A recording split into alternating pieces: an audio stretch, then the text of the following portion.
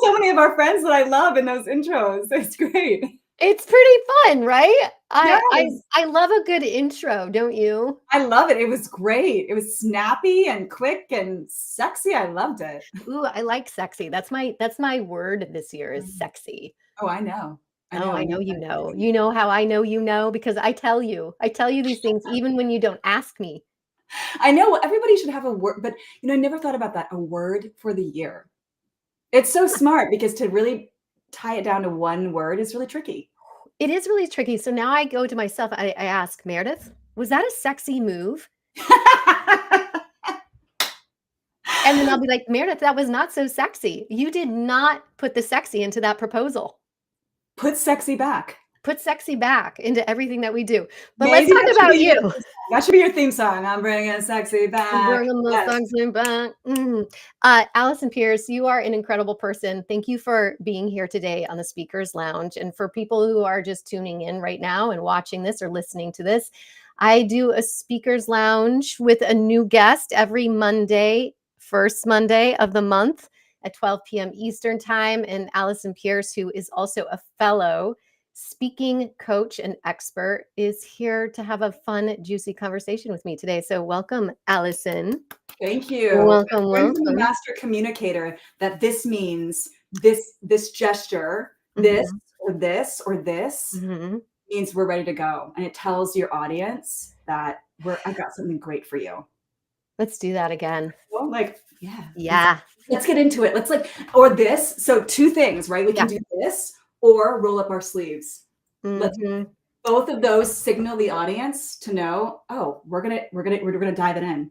I love It it. also signals to my daughter, you better do the dishes.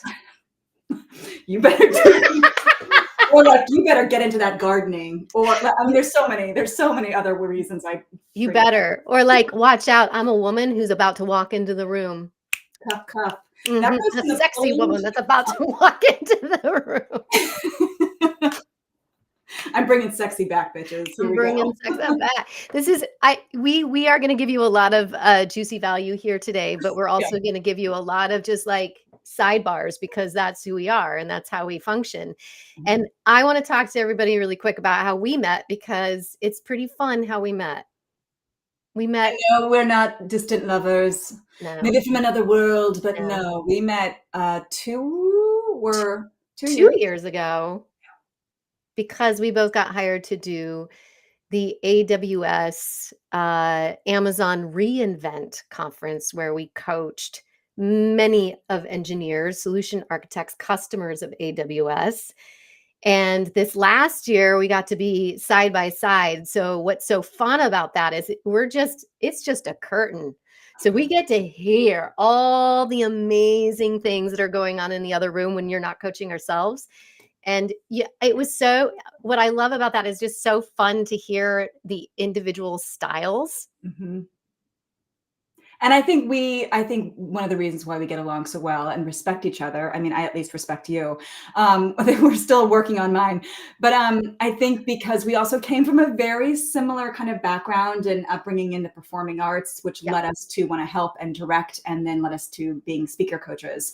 But I think it's so great to hear similar things, but a different approach, especially if it's a different individual. I mean, there's Mhm. people that come into our rooms all different levels, all different openness. And it was so great to hear you because I was like, yeah, yes, yep, I do that. Ooh, oh, that's a different approach. Ooh, it was a master class, which was so great. And I just admire and love and just adore what you do and who you are as a human too. Aw, ditto, ditto. I want to talk to you about because I think this will be helpful to the people who are watching right now. Let's talk a little bit about our backgrounds as theaters, yours specifically, because it really does help for our clients to have this theatrical background as Mhm. kind of a basis for how they can emerge as speakers, and some of the tools that we've learned as performers are incredibly helpful for speakers. And so you have a background in dance, Broadway.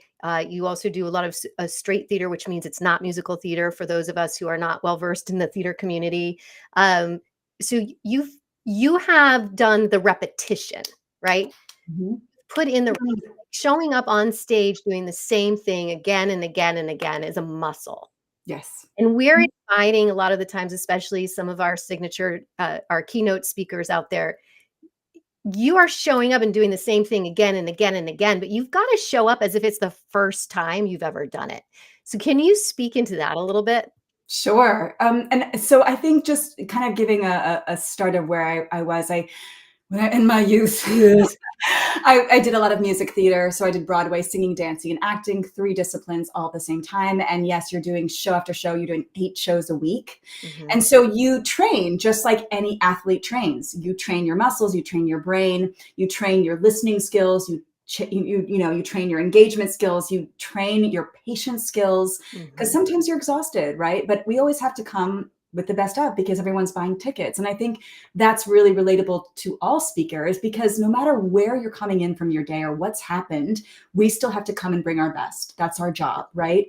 So I think because I had to just pull up every day, even if it was, a year into the show of 8 shows a week, I still also found the gratitude of what I did and what I loved. I Mm. always said to myself, if I don't love this anymore, get out. And I Yeah. feel, if I'm lucky enough, which I was lucky enough to say, okay, I'm not getting out of the business, but now I'm going to grad school and I'm only going to focus on straight theater and Shakespeare and primarily voice and speech, because forever it'd been my vocals for singing. But I Mhm. was so interested in, like, okay, what is this other side of the performing arts? So I did that. I got my amazing master's degree at the USD, University of San Diego program, the Old Glow program. There's a great affiliation here in San Diego. And then because I was doing so much TV and film and a lot of Mhm. commercials, I just started then NBC hosting. And so I'm a station host here for NBC. So I got into this world of media, commercials, TV, film, and then that mixed with my stage experience. I thought, okay, how can I utilize what I already do? Because I was teaching at the universities and I was teaching at the Mhm. community colleges and I was teaching privately. But I was like, I want to reach out to people, mostly adults. I can teach kids, but mostly adults, executives that don't get this support. Yeah. And so that's, when everything went virtual in 2020, Google called me and said, hey, we're changing all of our platforms, our conventions virtually. We need someone that's a bit of a unicorn that can kind of, coach and guide and speaker coach people on camera. So then it became working with executives, developers, engineers. When they're in their office all day doing this, great. Now, not only present your material, but do it on camera this close, and I just fell in love with it. But all of that experience over the past, I've been performing since I was 12 years old, Yeah. has just evolved into me being able to just love what I do. And I think probably similar to you, it's all of the skills we've learned and practiced on a daily Mhm. routine, doing show after show. And then we get to help others kind of take some of those skills and tools that we learned best to be able to apply it to presenting and to speaking.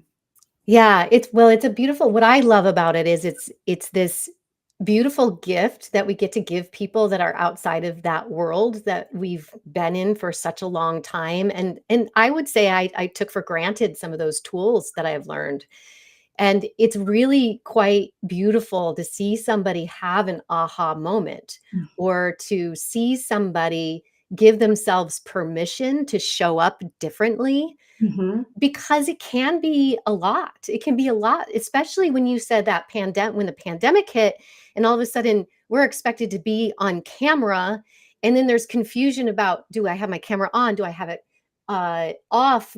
What is the communication like? And we've all learned now that we learn better, we communicate better when we have our cameras on, but even today it's very intimidating for a lot of people. Well, it's a different platform. Yeah. I talk about this, and I'm sure you do too. When Yeah. people are presenting virtually, Yeah. very different game than when you're live. Yeah. And I will say too, kind of what you do, Meredith, I love that you bring so much improv, which Yeah. is a direct component from performing arts. And so many people are terrified Yes. of improv, which I understand. I mean, we come from a very different world. So we're like, yeah, game on, like, yes, and. But most people are like, no, and. So it's about kind of building those muscles and that Yeah. expression and that freedom, which we talk about a lot, of being able to just be okay to play, because we lose that at the age about 4 or 5, and not just physically, openly vocally. We lose half Yes. of our register after the age of 3, especially here in America, when everyone loses their melody and the playfulness of their pitches and their Mm. voice. So we lose so much of that. So when you can dive into using something like improv or a fun exercise that we can pull from our acting days, it allows people maybe a safe way in sometimes if they're game. If they're game. Well, yeah, we create and I feel like the thing that we do really beautifully is we create this very safe space for people to explore and to not feel like they're being judged in that exploration. Yeah. And I feel like what happens see, here's the thing that's interesting to me too, which is kind of the funny contradiction in all of it, is that people are terrified of improvising, but they're improvising every day, right? Every day. And People they're just so are knowledgeable of it. Yeah. they don't even realize it, but they're improvising. You're adapting every day. You don't It's what show up we and do. It's about listening and responding. yeah, That's what improv is. And then you add the element of play, but technically you're doing that in every conversation. you really are. And it's about action reaction. It's about having a conversation. I always say to my speakers, you're in a conversation with your audience. Yeah. Yeah. And your audience might throw you in a totally different direction than what you had planned in your head. So if that's the case, you need to be available and present enough to adapt with them. I just I was doing this gala the other day and the programming was, someone comes out and there's a band and then there's speakers and then there are all these people and I was at the end of the program. Uh-huh. I was after the band. Okay. It was an outdoor theater, gorgeous. It's this beautiful theater at the Shell, which if anyone knows in San Diego, which is where I live, it's this beautiful amphitheater outside on the water, stunning, one of the most beautiful theaters in the world. And I came out. Everybody was wasted and yelling. Nobody wanted to listen. And I thought this is such a great exercise in, okay, here we go.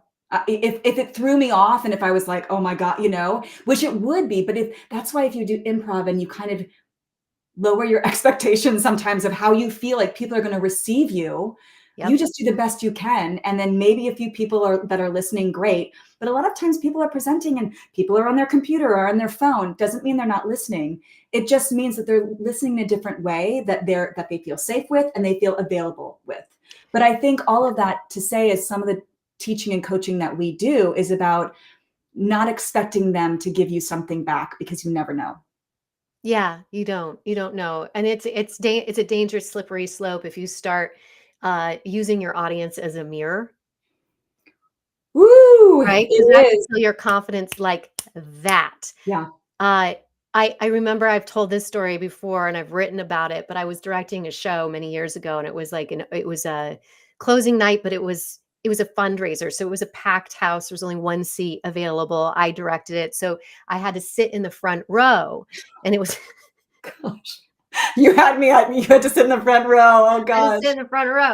So it was the last night and I'm watching the show and I'm just really like, I'm in my head about it. I'm thinking I'm how delighted I was about how it turned out. I was feeling like, oh, they've really grown with it. They've gotten really used to it. Now that they've gotten really used to the script, we're closing the show.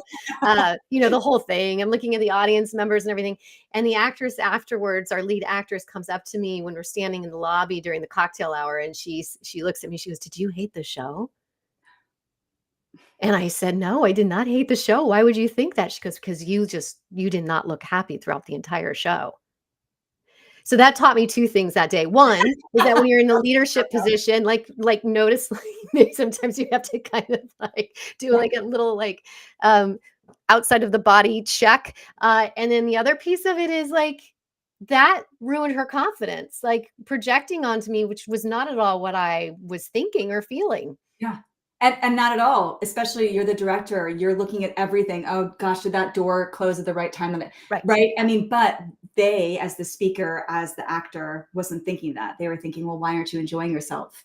So then they're really putting their worth into what you're giving them back. And I think there's a danger in that. But at the same time, I think, and maybe you can speak to this too, because I find a lot of my speakers, they think, well, if I'm looking at people and they look bored, then I'm going to feel like I'm not doing my job. So I look past them and I'm like, well, that's the absolute worst thing to do, right? Because then again, comes back to they want to be a part of the conversation.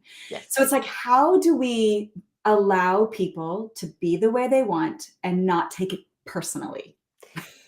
Well, I feel like too, it's about you being more intentional with how you're planning your presentation too. How are you engaging with them and how are you starting that conversation? Because if they don't know what the rules of engagement are, then it's really easy to check out. Yes. So, right? So you have to it's just like in theater, which is when you're directing, right? You set it up so the audience kind of understands the The journey that rules. you're going to be taking them on. So if Yeah. there's going to be audience participation or it's an immersive theater piece, then you better be participating with them at the very beginning of the show. Otherwise, they're going to be super confused if 3/4 of the way through the show you ask them a question.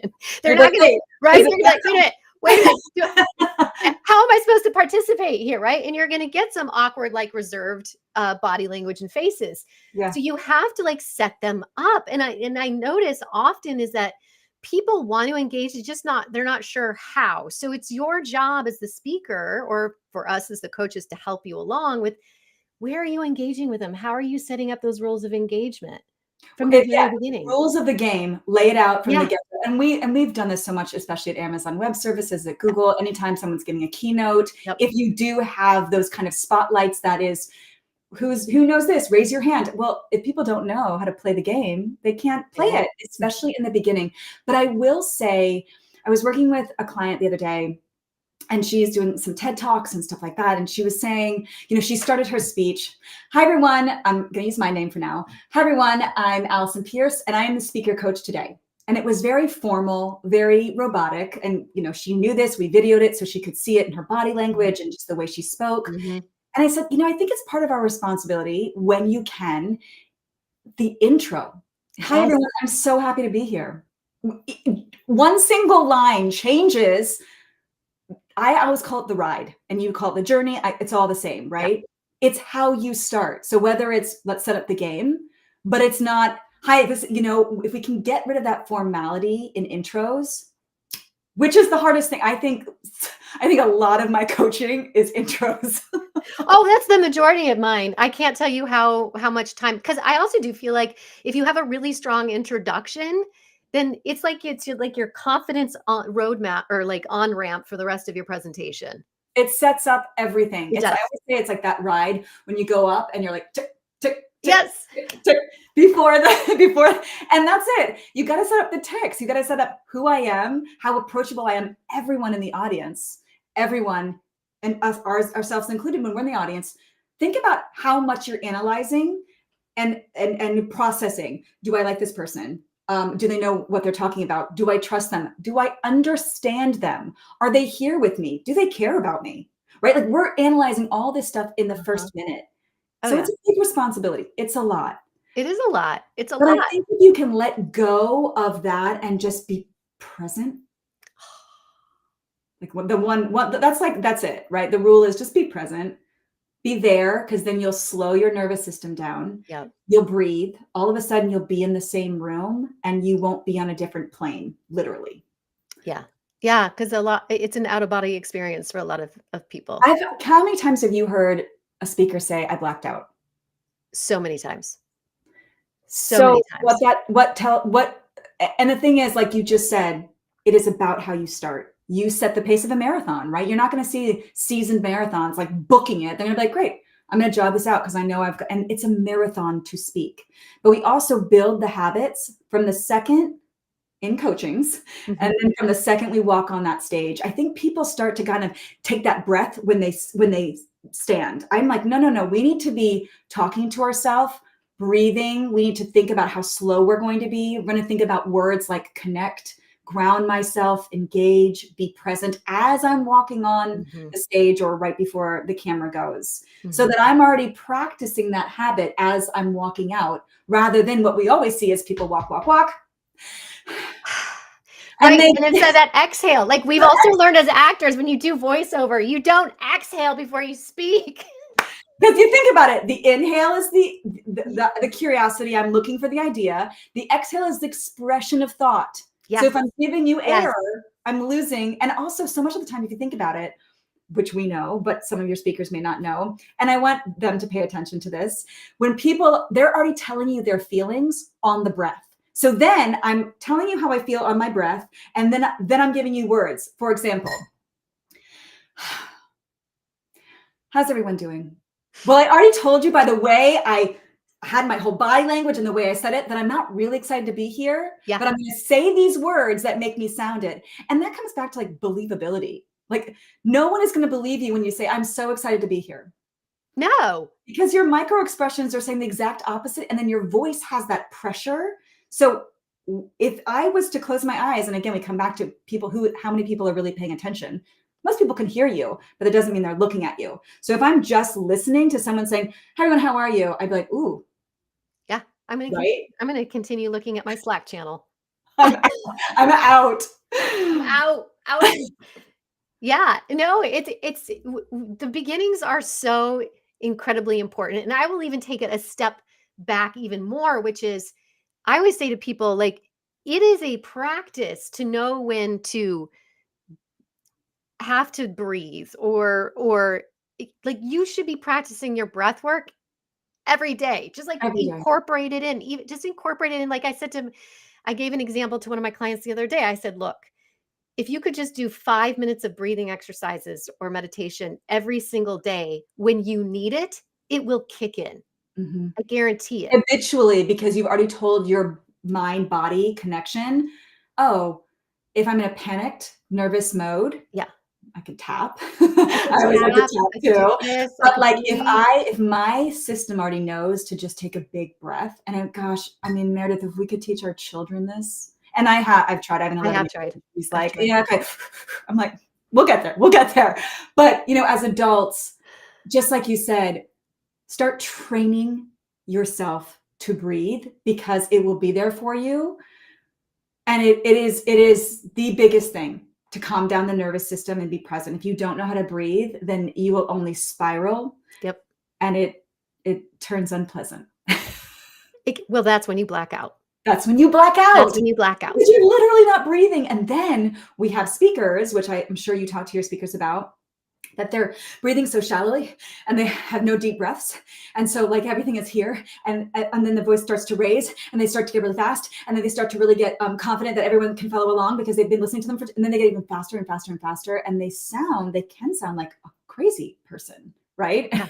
And and it can feel manic and panicky for the audience member, and that when we don't feel safe, Yeah. we definitely disengage. And then you've lost the whole point. And this is why, to me, and I'm sure to you, it amazes me how many companies don't take priorities in public speaking coaches. So, well, no, they don't because they consider it a soft skill or a nice to have. But it actually, I always like to.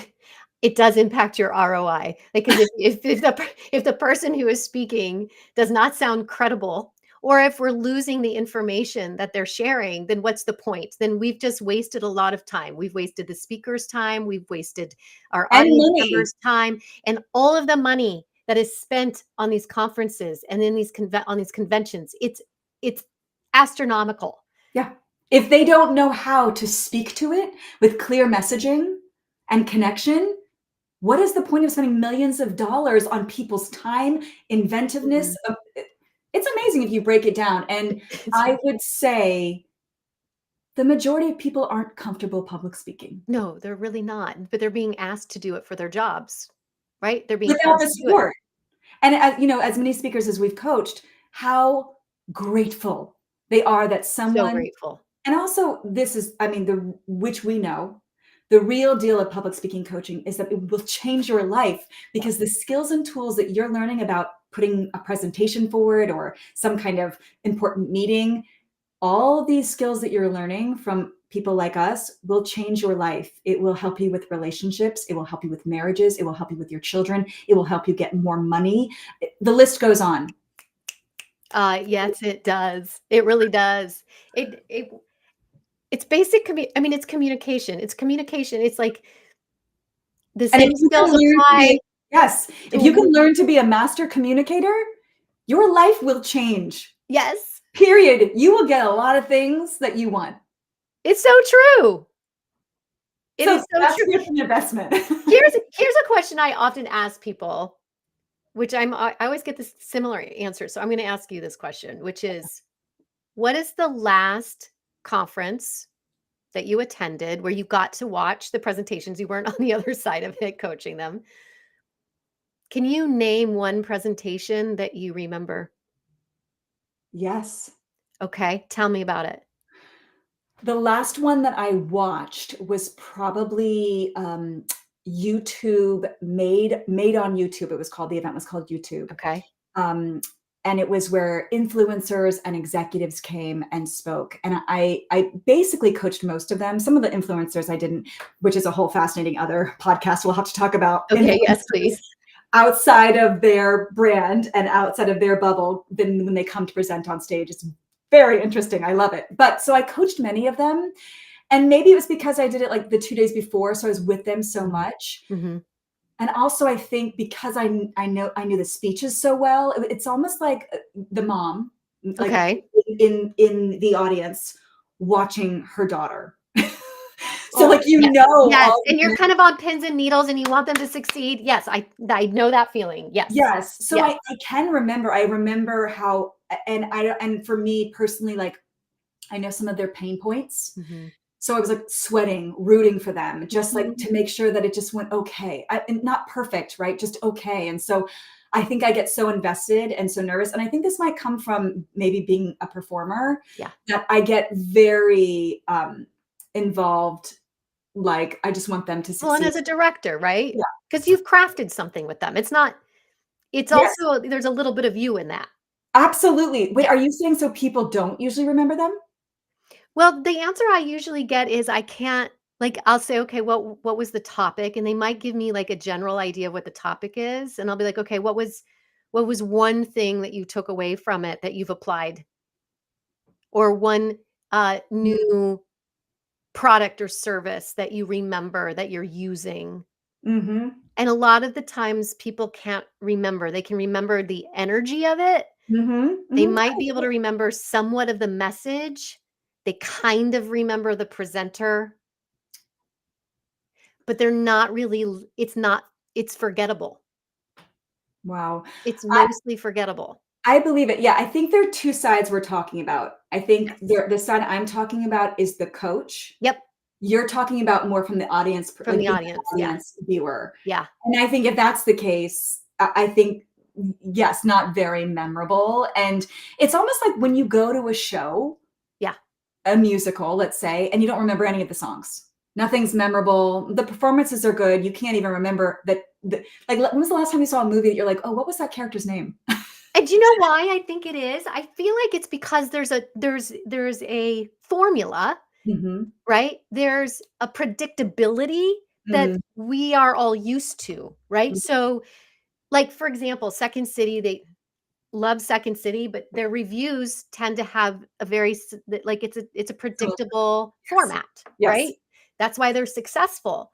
But what's difficult is that it's hard for me to differentiate one review from the next, just Mhm. like it's difficult for me to differentiate one Law and Order SVU episode from the next, right? I watch it because it's predictable, right? I can do work and watch Olivia Benson kick ass at the same time, right? But it's not like it's forgettable. Well, and we talked about this last time because and I'm curious about what you're gonna say, because it's like, well, then people are like, "Well, then how am I gonna win? How am I gonna win?" You When find a way to break the convention. agreed. So is it a prop? Is it a handout? Is it Yes. yes, and that's a lot of people are like, "Oh," like, "I know, but it's your job." But it's your job, but what they're saying is, but nobody else is doing that, right? So it's being modeled over and over and over again, like, this is the way you do it. This Mhm. is the cadence, It's also the easy way out. and it's the easy way It's out. comfortable because you've seen it, you know it, it's it's what's expected, so you can stay safer. But that's the thing, I think if you get to be a really great speaker and a master communicator, those are the times that you can bring in like, "Hey, okay, I'm gonna give a Post-it note to everybody who remembers some questions I'm gonna ask at the end." And Right. each Post-it note has a $50 gift card, but you don't know what it's to, right? Like, Yeah. whatever it could be, guess what? Guess who's gonna be listening? Yeah, what's our clarion call here, Allison? I know. Well, I'm curious what you because I know that you're starting to talk to a lot of your speakers, maybe even think about like hosting some classes that involve like what is that? And again, what are you calling it? Like the above and beyond. I think that can be scary for people. So Yeah. what's inviting to people? The inventiveness of the creation. Well, so I'm experimenting with that, right? Because I do feel like you have to provide the conditions for people to feel safe enough to explore that and to kind of push those edges. And one thing I like to say often is get comfortably uncomfortable. What are the things you're doing to get comfortably uncomfortable? Because you don't grow unless you are feeling uncomfortable, Yeah. right? So for example, I'm doing a retreat with Jamar Jones in October in Denver, right? And I'm inviting the participants to put together, they're going to do 3-minute, what we're calling lightning talks. Mhm. And I'm going to give them a recipe and they're going to receive these ingredients that they get to incorporate into the talk. They pick the topic, but Mhm. then they incorporate those ingredients. And it's not going to be your typical stuff. Right. And it's more exploration and creativities and getting those juices that you're not used to using Yes. and just jump off and just go for Yeah, exactly. And so, like, for example, when we were coaching for AWS, I had a couple people who would come into the room and they would hesitantly say, "So we have lab coats and hard hats. Is that okay to use?" And I'm like, "Yes! Oh my God, yes! Yes, please!" Yes, you Because will remember you, everybody, because guess what? No one else is doing that. nobody else is doing it. Yeah. So, I have a T-shirt with the customer logo on it. Can we throw that out into the audience? Yes, yes, you can. Yes, you can. It's really about anything that's going to differentiate yourself. Yeah. I mean, But I think that's really intimidating for a lot of people it because really then is. they feel, oh, well, I have to be really creative and it can't be lame and it can't be stupid and yes. And also at the same time, we have amazing AI that you can You you can can get just say you can prompt AI and just say now you can just, "Hey, I'm looking for a really like, here's my talk. I'm looking for, like, a couple of places to engage with the audience. Can you think of a couple of creative solutions that are in alignment with my message?" Boom, shakalaka. Yeah, and even if that's something that inspires you, "Ooh, I like that, but like this," or, I don't know if my company would be happy about that," but that kind of like, maybe I can do something, let it spur the imagination. I mean, please. And also, Please. you'll always be remembered. And like you said, Allison, do you ever remember them? Well, and here's the thing, in so many speeches and presentations, people will always remember the beginning. They'll Yep. always remember the end. They won't usually remember the middle, but they'll always remember how you made them feel. Yes. Period. And we've heard this Maya forever. Angelou. Maya Angelou. Mhm. And it's so true. Everybody says it as well. They will always make, and so if you are not having a good time, well, if your presentation is a good time, sometimes it's not, sometimes it's very serious. And I think that's even harder to be memorable when you're delivering bad news or you're firing someone or it's not always happy-go-lucky speeches or No. presentations that people are working on. So I think that is a whole other masterclass you should do, Yeah. we should do Oh of my like God, when are we doing our master class? people might be like, you guys are a lot I together. think well, yeah, we are a lot. So that if you're like, "Oh, you 2 are a lot," then you need to be in our master class. That's right. I mean, we have a lot of passion and a lot of energy. It's so funny, and I'm sure you've heard this too, Meredith. I love when I get, well, I kind of just mirrored you.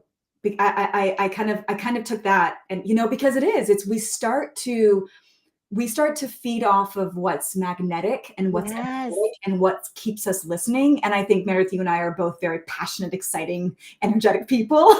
And I think a lot of people maybe not as high as we are, which there's love for everyone.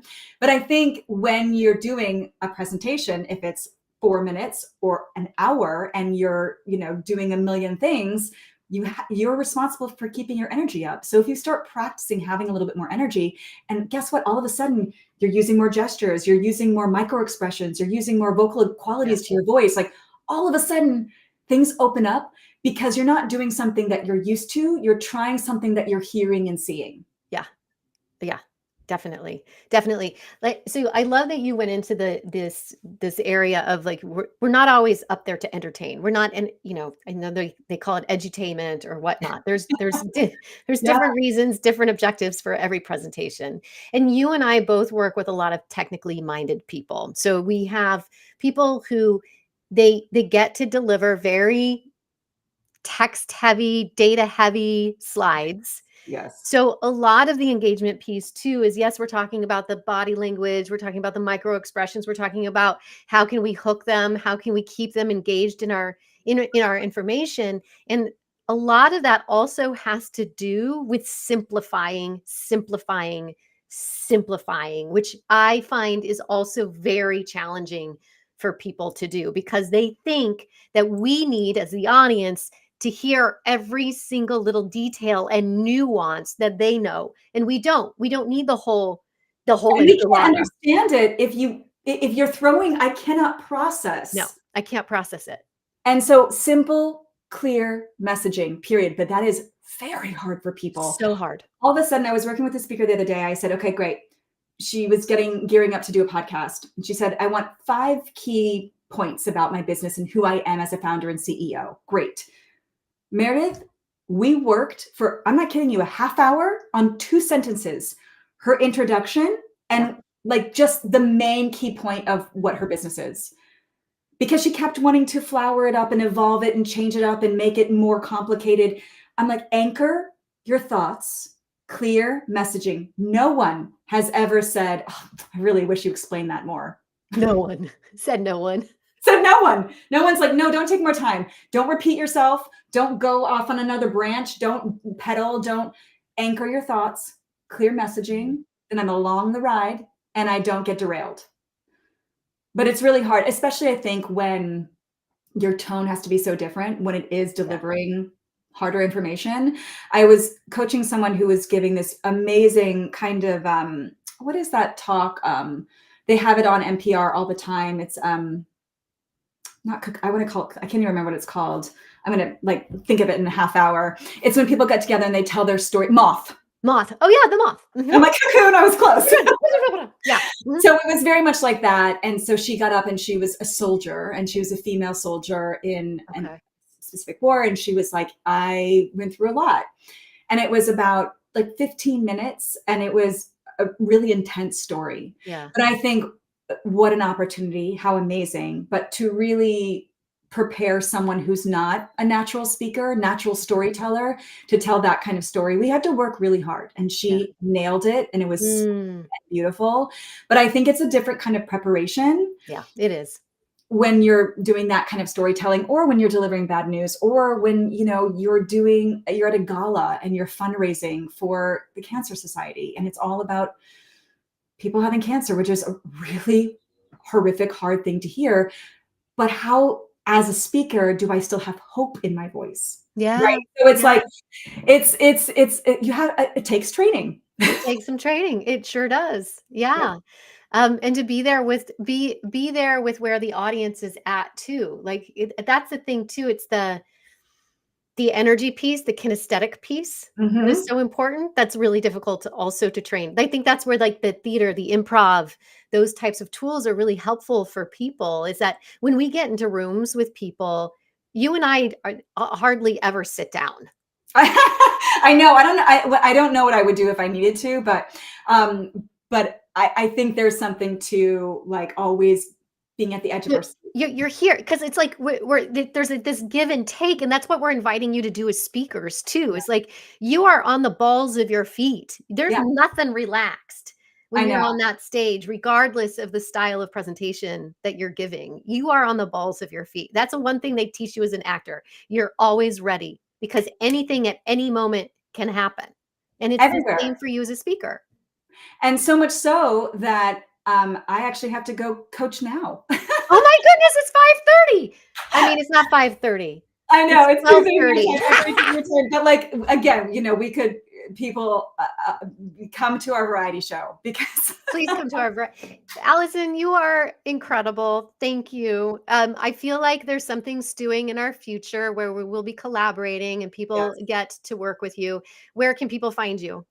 You can find me online. So pearcestudios.com. You can follow me on Instagram, Pearce Studios coaching, Pearce Studios coaching. So yes, all of that. There we go. Look, there's a QR code. Scan that. Yes, I Bring love you the right QR to Pearce Studios. So yes, please get in touch and just stay in touch. I always add tips to my Instagram. I don't do TikTok. I don't do anything else. So that's kind of my platform that I use, but please feel free to reach out. I'd love to hear from you. I'd love to stay within the community of Meredith because she's a genius. And I'm so grateful that I was a part of the conversation. Thank you. Oh, thank you. You're amazing. Okay. Okay.